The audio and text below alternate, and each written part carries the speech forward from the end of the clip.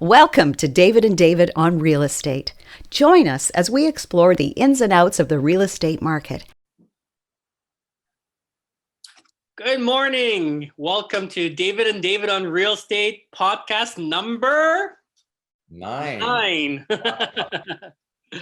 Amazing. Yep. Thank you for joining us this morning. We're super excited to spend the next hour with you guys and talk about all the latest issues on real estate. Yeah, it's a beautiful day. We've had some great weather lately. Everybody's getting into the spring, getting into summer mode, enjoying some weather. There's lots of activity out there. People are enjoying the outdoors and getting out. So what's going on in the market this week, David? Well, the main numbers are in, and whenever we look at statistics, we always have a reference point. So we always compare it to May of last year, right? However, if you remember, David, May of 2020 was a really difficult time for real estate. We were at the beginning of COVID. People weren't really sure really what to expect. But I did want to go over a couple of numbers just to really highlight what our market is doing and how strongly we've rebounded compared to where we were at the same time last year. So in May of 2020 in Mississauga, we had 407 transactions done, compared to May of 2021, where we had 1,066. So almost a 600 unit increase, which represents 162% increase over May of 2020. So really strong month. The average price also jumped quite a bit. It jumped from an average of 760,000 to 965,000 for May of 2021. So that represents a 27% increase. Now, of course, during COVID, the market really slowed, and the type of transactions that were happening were all the people that really had to come to the market if they've previously sold, or if there was some sort of an emergency type situation, they were forced to sell. Those were the transactions that we saw happening. And I remember at the beginning of COVID, buyers were really trying to get a deal, to really push their weight around and to really secure a deal. And sellers were really digging in. They weren't really selling. And those that were selling, we're selling a little bit of a discount. So that's why we're seeing that huge price increase. But it's a great sign. I mean, 965 average in Mississauga over all property types. That includes condominiums, semi-detaches, townhouses, and the detached market as well. Wow. Now, if we break that down and we take a look at the detached housing market, the average detached house in Mississauga sold for $1,551,000, $1,551,000, which is just an astronomical number for an average price of a detached house in Mississauga. Yeah, that's really unbelievable.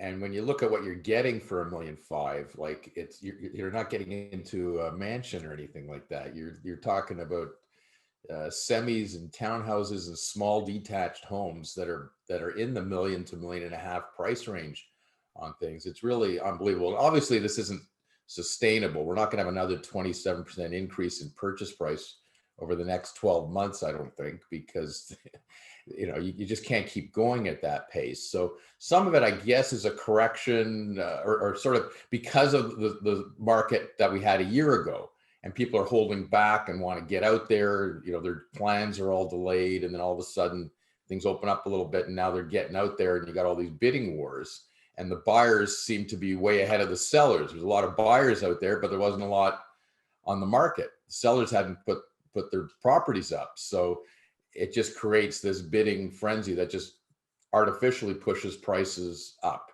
right? That can't continue. It's already not continuing. Yeah, I mean, we're already coming down from the high that we had. Probably about mid-March of 2021 is when we had the peak, and real estate prices were at the highest. And we're seeing the market ease off. And when we take a look at historical numbers, the house prices in the GTA double every 10 years on average, right? And then the market kind of peaks down and peaks up and peaks down, and then we have these big increases in prices, and then the market sort of stabilizes. So when you look at a chart over a 10-year period, it goes up like this, but in the immediate future, the market fluctuates up and down. That's why I strongly encourage everybody, when they're buying real estate, to buy from a long-term perspective, right? And when you buy from a long-term perspective, these little peak and valleys that happen in the short time, are not that important. Right. And what happens in the GTA is the valleys are shorter than the peaks.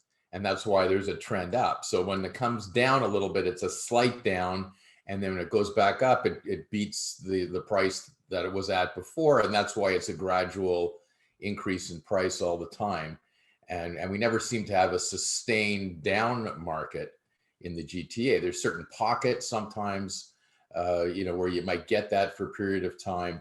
Like we saw that a couple of years ago with new construction, with some of the detached homes that were bought, and 2-3 years later, when they were finished construction, they didn't hold their values in certain places. In Markham in particular, we saw that quite a few places. And that, but even that was sort of temporary. So if you happen to be closing right then, it was a real problem, because all of a sudden lenders weren't giving you the value of your purchase price. They were giving you a new appraised value, which for a period of time was way below the purchase price, and that created a big issue. But these issues tend to be temporary in GTA. Unfortunately, some people have, it becomes a timing issue when they're closing at the wrong time.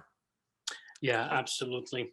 I just wanted to get into the average sale price in Oakville for a detached house in the month of May was $1,855,000. Wow.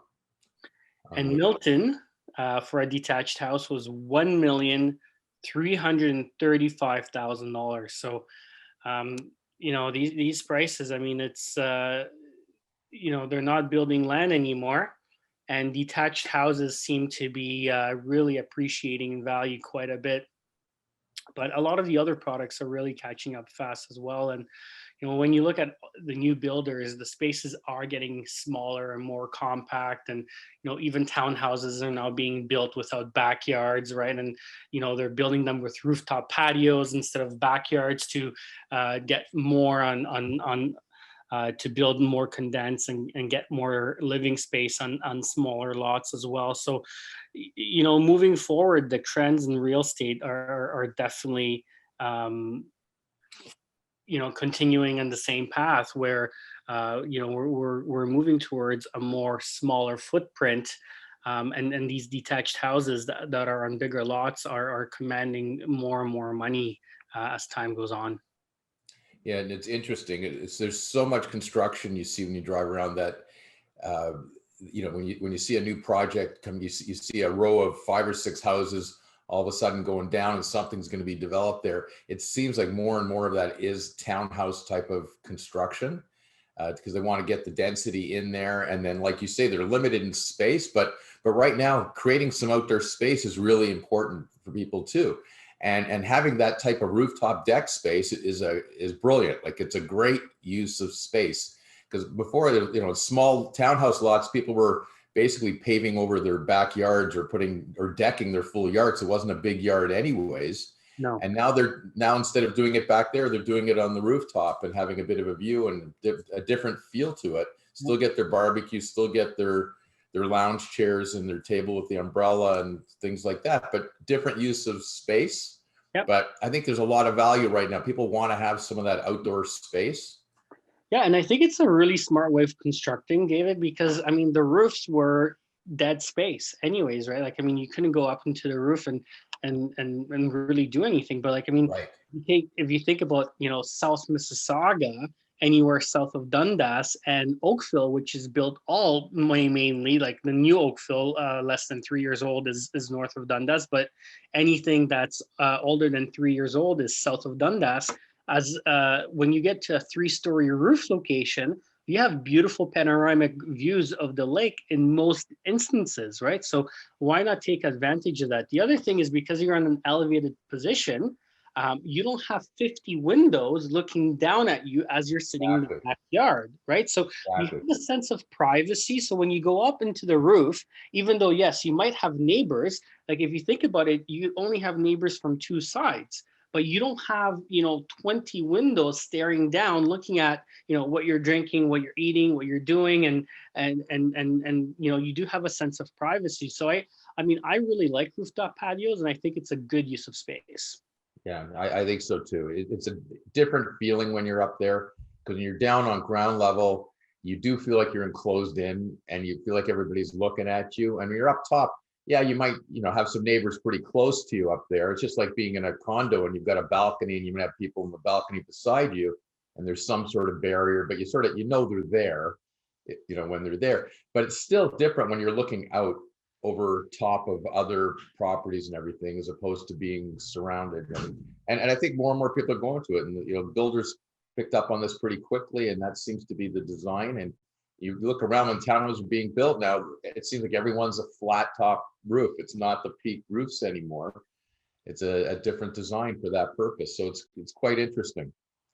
And I mean, the construction costs of a flat roof is higher, right? But when you factor in the cost saving of being able to build additional units because you're not using backyard space, you're putting the backyard on the roof, then Right. it's a substantial saving for the builders. They can probably get twice as many townhouses on the same number of land, right? Because they build them back to back, and Yeah. they use the rooftop for the backyard space. So it's actually a great way of building and getting more space onto less land and making the products more affordable. There's a Minto community north of Dundas in Oakville, and 3-bedroom townhouses, and I mean they're built beautifully with a rooftop terrace, are selling over $1 million, right? So I mean that tells you, how in demand these products are.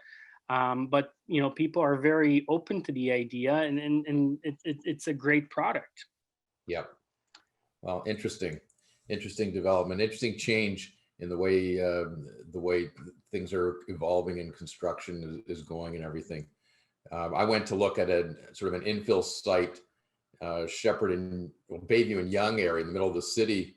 A few days ago, I took a drive out there because I've got a bunch of clients in there. Like, they're surrounded by some high-rise condominiums and a bunch of new townhouse development, and they were approached for their lots in these small little semi-detached properties that are probably 80 years old, and now a builder has bought up like the block pretty much, so about 8 units, and we're acting on 6 out of the 8 units. And it's amazing the price that these people got for their semis, for these little semis, because it's part of a new townhouse project that's going to be built there.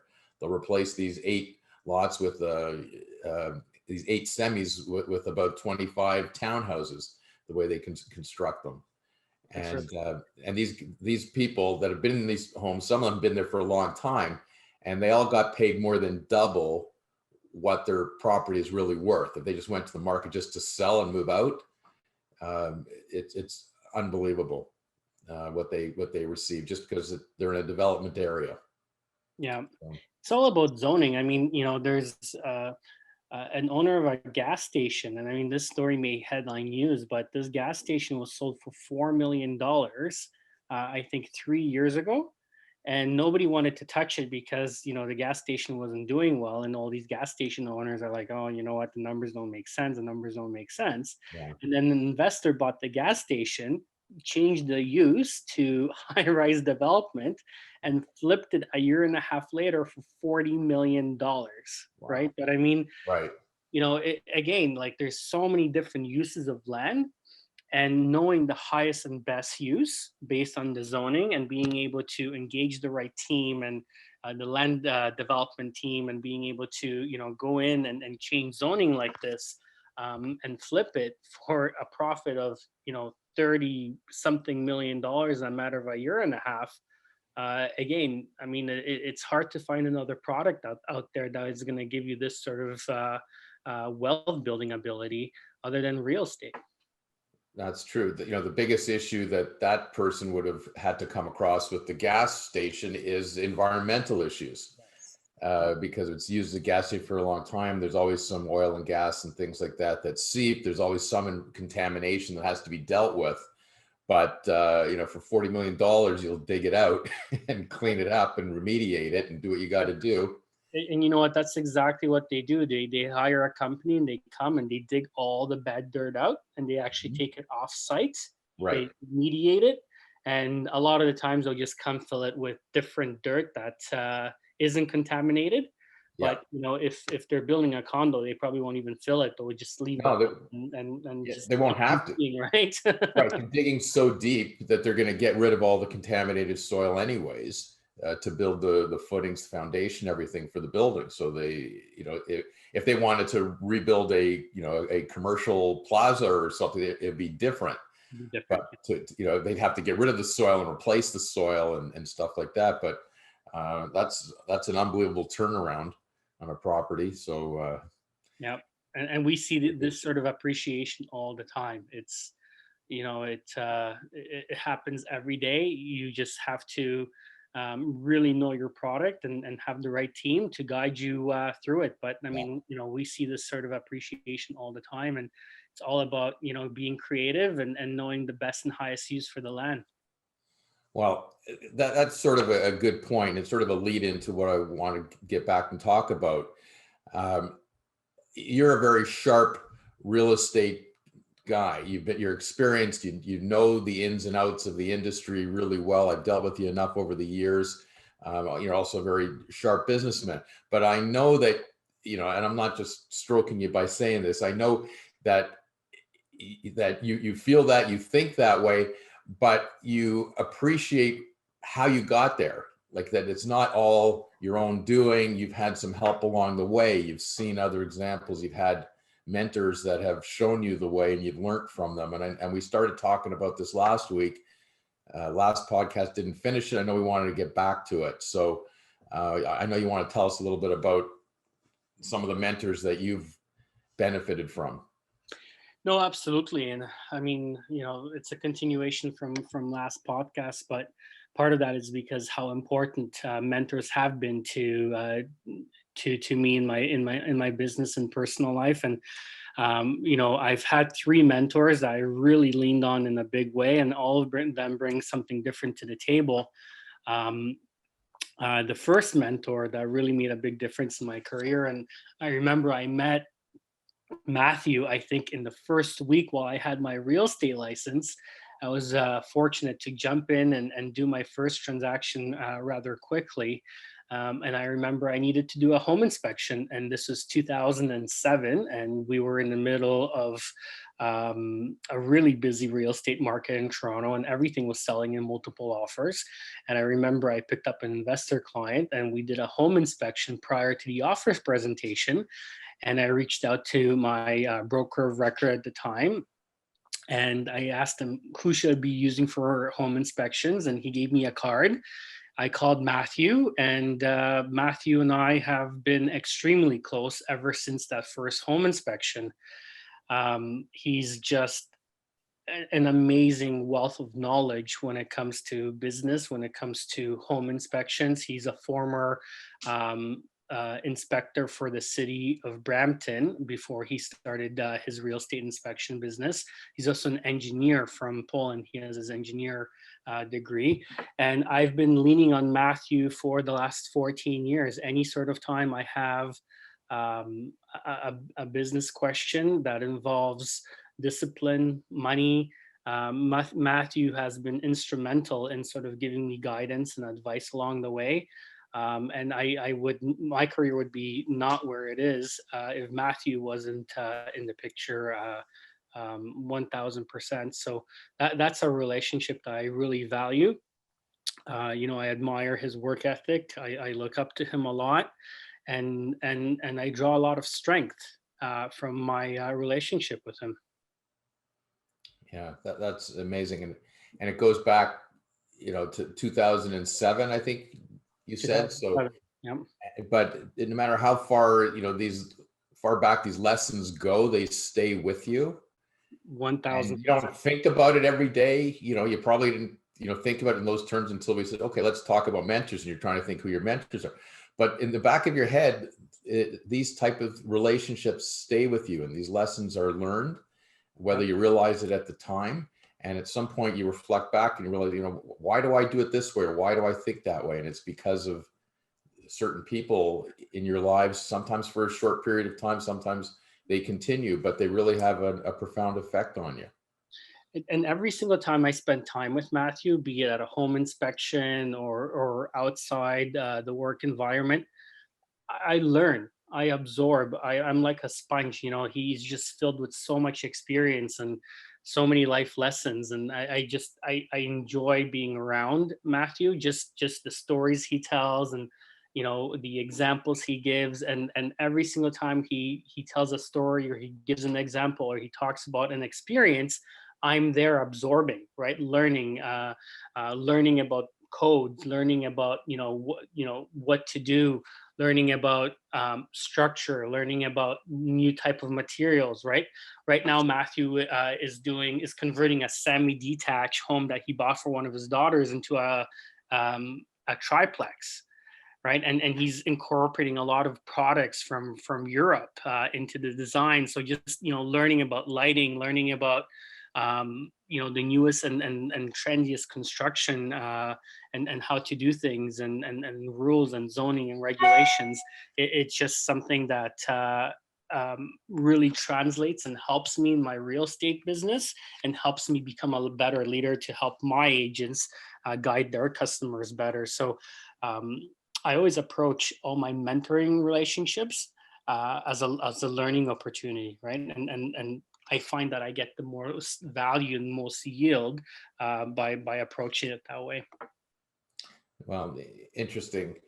I've had the benefit of quite a number of different people in my life that I consider to be mentors to some degree too. I mentioned my father last podcast, the way he was, and his ability to sell and things like that, and run his business.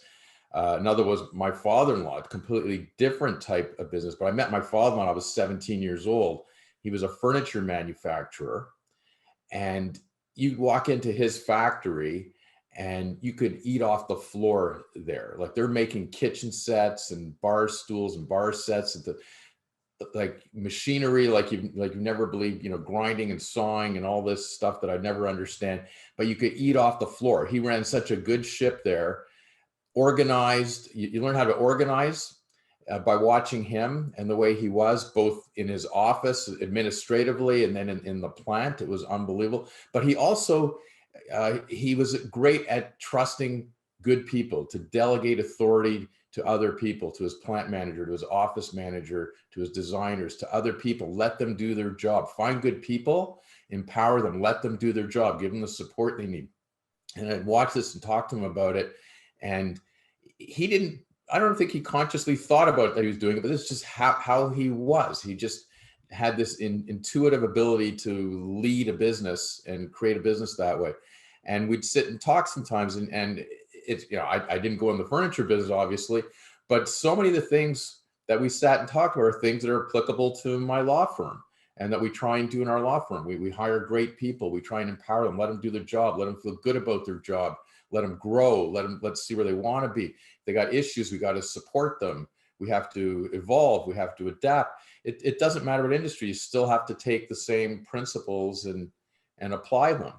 And then, when I did get into law, I was really fortunate. My first job was with a fabulous lawyer named Marvin Damone, who hired me. He was a sole practitioner at the time, took me under his wing. Great man, fabulous lawyer, like just careful, meticulous, and said, you keep pushing on an issue. If you're right, you keep pushing on an issue, make sure it's right. Sometimes you got to convince the other lawyer to change it, make sure it's right. Whatever you want to do, you want it to be right. And taught me so many of the basic skills of how to be a lawyer. It was fabulous. And then I moved to another firm, great senior lawyer there that took me under his wing. And eventually, years ago, almost 20 years ago, when I teamed up with Jerry Korman, Jerry, different approach to different things, but what I learned different things with Jerry. Jerry's so good with people, with clients, relationships, with the agents, with the clients that come in. He's one of the most personable guys and friendly guys, and sort of reminder to me, because sometimes I get so focused and get serious about getting my job done, I forget to relax and talk to people. And it's a people business. So you take different things from different people that you come across, right? It's not all, this is the way you do things. You got to take the good and the bad and see the good and bad and pick what's best. That's the biggest thing I want to really impress upon our listeners is, just because you admire somebody or somebody takes on that mentorship position in your life, doesn't mean you have to structure and copy everything that they do, right? Take the best character, take what is applicable to you and lean on that and build on it and run with it. But you don't have to take everything they do and copy them exactly, right? Pick and choose. And there's different mentors in my life that I rely on different things. For example, Raymond Reichert. I talked about Raymond a little bit last episode, but Raymond is just this guy is he's just smart. He's a genius. Like when you talk to him, you can tell that his brain and his words are coming out like at different rates, right? Yeah. And most people don't understand it, but him and I just click and get along so well. And he's taken me under his wing, and I've known Raymond for about 15 years as well, and he's watched me grow, right? And he's watched me become an agent and become a successful agent, and now become a business owner. And I was leaning on his advice and support through a lot of the issues of business ownership at the beginning and now as well. And his guidance was absolutely instrumental in my career path, right? And just being able to lean on a guy with that much experience and that much sheer business brilliance, is amazing, and I'm so lucky to be able to pick up the phone and call him and say, Raymond, what do you think about this? Raymond, what are your views on this? Raymond, how do you deal with this issue? And just the pure, sound, logical advice that I get, no sugarcoating. I call him up and he's like, well, she's an idiot, this is what it's supposed to be, like, boom, straight to the point. And you're like, okay, now I have to, take it out of his world, right? Because his world is like, it's his way or the highway. And I have to translate it to my world, which is, dealing with people all the time and very different. But just having that ability just to pick up the phone and call him and get his viewpoint makes such a big difference to my confidence and how I deal with my issues and just being able to get that guidance. It's been extraordinary. Yeah, and I think when you think about it, when you look at these mentors that we've come across, we are looking at the good and the bad, right? We're looking at both ways. And sometimes the good, like you said, is something that we may not be able to achieve ourselves, because sometimes these people are on a certain level, they have a certain way of doing things, and no matter what, it's just not us, it's not our personality. But we still appreciate what they do, but then we got to find another way to try and achieve that or get the same results. Like I can't organize myself quite to the level that certain people I've come across did, or I can't think on the same level as certain people did. So you sort of realize your limitations to some degree too, but you got to find another way to get the results that you want and to lead your team the way you want. And but you have to be looking at everybody you come across in a critical way and take the best aspects of it and always try and grow and figure out how we do it. There's nothing static about a law firm. There's nothing static about a real estate brokerage. Like, look at how our respective firms have changed just so much in the last couple of years. 100%. And evolved. They keep changing and evolving and growing and bettering. And I mean, it's just, what Sutton Summit has been able to accomplish in the last year is just amazing, navigating COVID and, you know, um, turnover of staff, right? And Mhm. every single change we seem to be making is for the better, right? So, Right. that comes with experience and having a strong having strong mentors behind you um, really gives you the confidence to move forward in a big way, and you're really leaning on their experience. And look, a lot of the issues that our businesses are facing, other than COVID was, a very uh, different aspect, right? But a lot of the business issues that our firms are facing have been dealt with before in some matter or capacity, right? So employee issues, sales issues, regulatory issues, they're nothing new.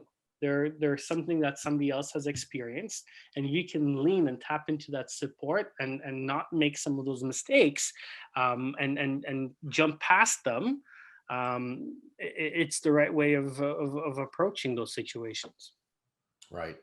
And it's nice to have those relationships that you can fall back to if you have to pick up the phone and speak to somebody else and get another viewpoint and sort of step out of things a little bit and get another viewpoint. I really appreciate a lot, my partner's viewpoint on things, Jonathan Hacohen, younger than me, like a different generation to some extent. He sees the world a little bit differently than I do. And just because I've been around longer, that doesn't mean that my way is the right way or the way I view things is always the right way. And talk about, maybe I'm a bit of a mentor to him, but I look at him as a bit of a mentor to me still. Like, you can learn from people that are younger than you. He's got a different energy, different viewpoint. Um, and the combination of us, I think, really works well because I can make him see certain things from my point of view. He makes, I see it from his point of view. Sometimes we find a middle ground. Sometimes we convince each other that we should do his way or my way. But it's great to have that relationship and that trust of somebody else. It doesn't matter if they're older than you or younger than you. It can still be a mentor to you to a certain degree, right? I mean, that's the key, right? And I mean, your relationship with Jonathan is amazing, right? I mean, you guys both have a lot of strengths, but you have a lot of strengths that complement each other, which is why the relationship works and is that much stronger. So, you know, um, I think Jonathan is an amazing partner, and on the firm under both your leadership has catapulted in a way that's just been amazing to watch, right? And I think you guys are still, you know, a lot of road in front of you, and I think you guys are going to continue to grow and continue to evolve and change in a big way. And I really look forward being part of that journey as well with you guys, for sure. Well, thanks. It's very nice of you to say. And and there's never an end to it. It's always, as soon as we get something done, there's always the next thing, which is a good thing. It keeps you excited, keeps you challenged in your business. Look how Sutton Summit's grown, all the new things, the new training you're doing, the addition of new people. It seems like every day there's somebody new joining your team. Yeah. And as you evolve and get these systems in the training and everything else, it gives you the ability to recruit good people. Like, everybody can recruit people that aren't so good. I could tell you the applicants we had to join us as lawyers and law clerks that we've gone through in the last 6 weeks or 8 weeks. Like, it's a lot of people applying. But we've hired 3 lawyers that are starting in the next couple of weeks, and we're really excited by them. And it's they're we didn't take the first 3 that showed up, that's for sure. We went through quite a critical process. Yeah. And we're fortunate to be in that position. And you too, you're not taking every real Totally. estate agent, every part-time real estate agent that wants to move over there, right? You're looking for the good people. Yeah, we're really taking our time hiring agents, and we're hiring the right ones, right? I mean, uh, there's a big learning curve when you hire a realtor. It takes an extraordinary amount of resources to teach them, to make sure that they're practicing the right way, right? And those resources are not unlimited, Like, I mean, our brokerage has a limited amount of resources, right? So we've been turning some agents away recently. They're just not a great fit. And again, we're very cognizant of the culture, right? So we want the best agents, right? When a customer deals with any Sutton Summit agents, we want them to have the absolute best experience, and it takes a certain agent to achieve that. And lately we've been very cognizant of that, and we've been turning some people away. Not that we want to, but we're looking for the best, right? We want to hire the best agents, and we want to give the agents that we do hire the right training, the right support, and allocate the right resources to make sure that they're successful. And we can't do that if we hire every part-time realtor out there, right? Will do more babysitting, and we'll be allocating resources where we shouldn't be allocating resources.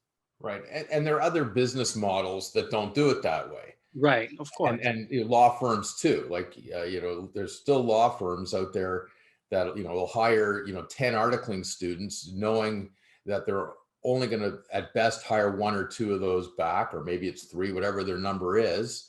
And then they're going to hire those three as associate lawyers, knowing that a year or two down the road, they're probably going to get rid of all three of them. Maybe two, maybe one will actually stick. But they're in the business of doing that, and they, they're looking for the diamond in the rough that might stick. But in the meantime, they get serviced by this turnover of young lawyers and everything. We certainly don't want to do that. Like, every time we hire someone, we're trying to hire them for life. It doesn't always work out that way, but we want to take that approach, right? And I think it's good for you too. There's a lot of brokerages out there that'll, anybody that applies, they'll take them in. I deal with one brokerage now. They've got over, I don't know, 800 or 900 agents or something like that. But when you really break it down, how many are active agents that are really doing something, really making a living, and not just being spit out and turned over, but they just have a different model, and we'll hire 100 a year, hoping that they find 3 or 4 good ones. Right. That's certainly not how we do it. We're very careful with our interviewing process. And again, culture is the biggest thing at Sutton Summit Realty. And we just want to make sure that the people that we're hiring are a really good culture fit, right? Because, it's easy to throw in one bad apple right into the mix that really disrupts how we do things. And that's really the one thing we want to avoid the most. Right. And our approach is like that too. Like, do you want a job or do you want a career? And that's what we're looking for. We want people joining us, whether it's as a law clerk, administrative, accounting, or as a lawyer. Are you looking for a career? Are you looking to help build something? Like, our firm isn't finished. It's continuing to evolve. It's continuing to grow. Do you want to be part of the development of this firm and have a place to call your own? And that's the approach that Jonathan and I have been taking when we meet people and interview people. And sometimes we meet some very qualified people, but you can tell they're just looking for a job for a year or two, and then they might put it on their resume and then move on. And that's not what we want. It's not what we're looking for. We want, like, I want to find the next, every candidate I want to find the next Jonathan Cohen to join our firm. I want everyone to be like him. Like, that's what I'm looking for. It's hard to do that in a half-hour interview. Those are big and colorful shoes to fit. But until they develop cloning, we're going to have to continue with the interview process. We can't clone them, but if we had a whole bunch like him, we'd be flying. You guys would be doing well. Yeah. The last mentor I want to mention is Sean Shake. And I met Sean, I think, 5 or 6 years ago. He came to see one of my listings I had for sale. And here is a guy in a 3-piece suit, just dressed to the nines, comes in, and I'm like, who is this guy? And I remember he ended up putting an offer. We sat down, and that first initial sit-down meeting was over 4 hours in length. We just, we started talking about sales. We started talking about our career paths. We started talking about real estate, and you know what? We've been inseparable since. And I've traveled the world with Sean. I went to Dubai, I went to Thailand, I went to Pakistan, and Sean has introduced me to just a phenomenal group of people. Just to give you an example, one of his best friends got the current prime minister of Pakistan elected into power, and is a huge, just a huge business influence in Pakistan. And I traveled the world with this whole group of people, and I remember being in Thailand, sitting on a beach, and looking over at Shazad, who is like what the head of this most influential business group in Pakistan. And I said to him, Shazad, you travel like 90% of the time, and yet you have this huge business. I said, how do you do it? And I remember this is just when I was about to take over Sutton Summit Realty. And he looks at me and he's like, if you don't have people that you can trust running your business, he's like, then you're going to have no life. And he's like, you have to make a decision. Do you want to have a life and maybe make 80% of what you can make? Or do you want to go in there, and trust me, if you go in there, you're going to have to spend 95% of your time in there and look at everything. And then you're going to make 15% more money. Like, what do you want? Do you want to have this business or do you want to have this business? And he's like, you have to make that choice very early on. Otherwise, you can't do it both ways. So, just having those type of people around you that you can lean on for support, and you can tap into their knowledge and their resources and how they do things, is just absolutely instrumental. And that's a conversation I had with him on the beaches in Thailand, as I was going through the process of buying Sutton Summit. I mean, I didn't take his advice fully, but I'm always keeping his advice in the back of my head, knowing that there are pros and cons to both approaches. Right. And, and that's a great example of you trying to take the best advice of what works for somebody else and see how it fits in your own business and your own lifestyle, and run with it that way. So it's amazing. Well, I think it was a great topic when you suggested a couple of weeks ago that we discussed some mentors and everything. It gave probably both of us, it's sort of, it's a cleansing thing. It's a good thing to go back and think about some of these people and how they've affected you, and interesting. So I hope whoever's watching this finds it interesting too. I know we don't have a lot of time left. I did want to bring up a couple examples. We've talked in some past podcasts about buyer's remorse and seller's remorse. So I just wanted to explain a couple of scenarios that we came across, which are pretty good examples of what happens with it. And so the first one is a seller sells a house, and shortly afterwards realizes, market's going up, maybe undersold it by a certain amount. Now, the seller happened to be a licensed real estate agent that wasn't active, had parked the license, but had been active for a while and now just wasn't active. And, sold the property, everything was done and everything. Never mentioned that he's an owner of a bunch of different homes in Canada and overseas as well.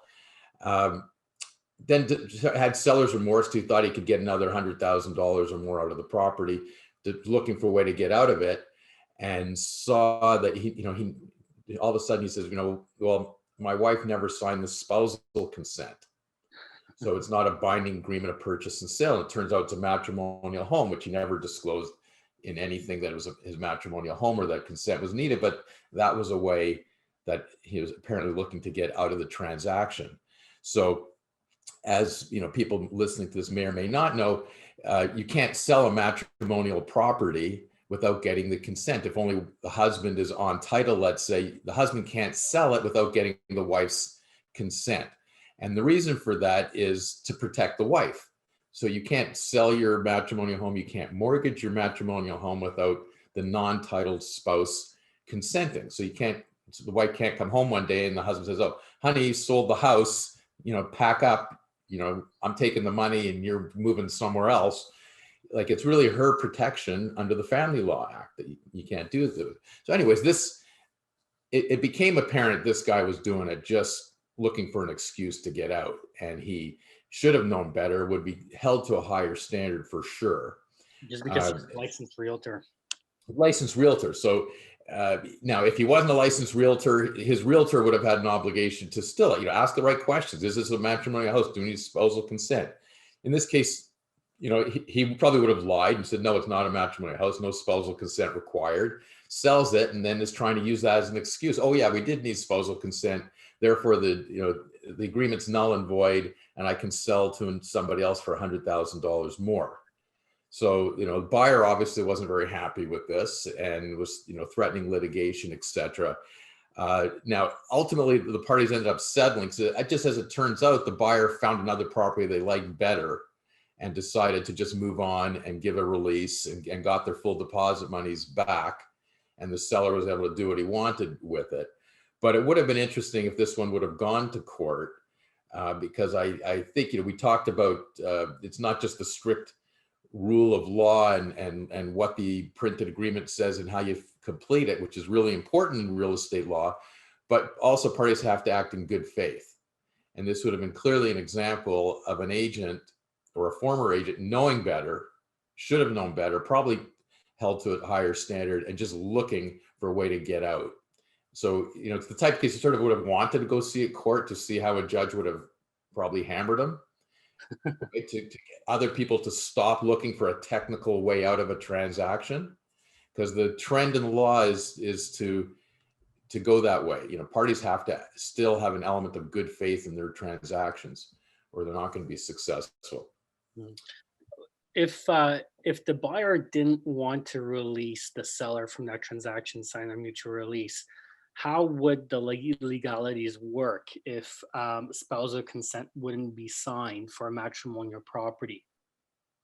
Well, it's sort of interesting because it's really the wife of the seller that could be objecting to the transaction. Right. She's the one that sort of has to come along and say, "Hey, you can't sell this house. I'm not consenting to it. I don't want to consent Right. to it."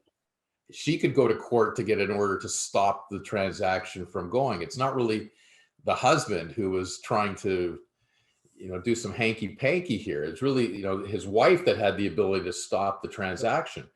But ultimately, a judge would look into it. They'd look at all the facts and all the communication and everything that happened. And did the spouse know about it? Was she party to this? Did she, are they just really relying on this? So it's hard to know how it ultimately would have turned out without knowing all the, the details of all the communication. It never really got that way. But if this goes to court, that's what's going to be flushed out on discoveries. What did the wife know? What was her involvement? But if she legitimately didn't know anything and didn't want it sold, it would be different. But I don't think this was a house that she was living in and he was trying to sell out from under her. This was a property that he was just trying to take advantage of the situation. I think specifically saying, "You know what, honey, don't sign this, because if we get another offer, we might have a way to not go ahead with this one and take a better offer." Yeah. And if that's what turns out to be the reality, once you get them under oath and everything, I think they get hammered. Yeah, I agree. David, I'm going to stop you right there. I think this is a great topic for next week. Maybe we should talk about matrimonial homes, podcast number 10. All right.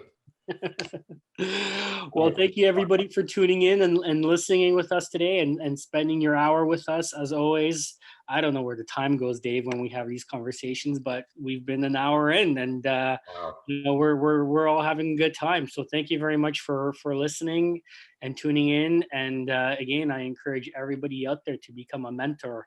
And if you're looking to join a brokerage, or if you're looking to pursue a career in law, the person that you hire or you make a decision to join, that mentorship aspect has to come into the play, right? And I would strongly encourage people to either become a mentor or to really look at your career opportunities and look at it like, if I join this company, is there an opportunity to have somebody there that I feel comfortable um, mentoring with, right? Because I think it has to be a large part of your decision making process. Yeah, I agree 100%. And there's a benefit in a mentor relationship. There's a benefit to both sides.